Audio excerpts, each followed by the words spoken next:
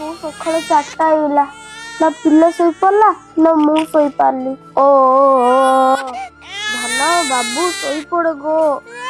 ତୁ ଖାଲି କାନ୍ଦିଲେ ହବ କି ଗୋ? ତୋ ପାଇଁ ମୁଁ ରାତିରେ ନିଦ୍ରା ହଉଛି, ତୁ କାନ୍ଦିଲେ ହବ?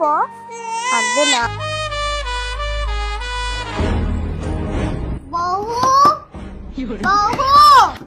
ଲକ୍ଷ୍ମୀ ତୋତେ ସମୟ ଜଣା ପଡୁନି କି? 4ଟା ହେଲାନି, ଜଲ୍ଦି ଗାଧେଇକି ଆସେ, ଘରେ ବହୁତ କାମ ଅଛି। ହଁ ଶାଶୁମା ଯାଉଛି।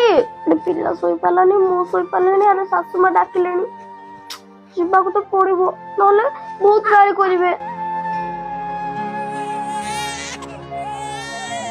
ତୁ କାନ୍ଦ ନା, ଶୋଇପଡା, ମୁଁ ଯାଉଛି। କିଏ ଲକ୍ଷ୍ମୀ ବୋହୁ ଆଣି କି ଜାଣି ଘରେ ହାତ ଲକ୍ଷ୍ମୀ ପୁରେଇ ଦେଲାଣି।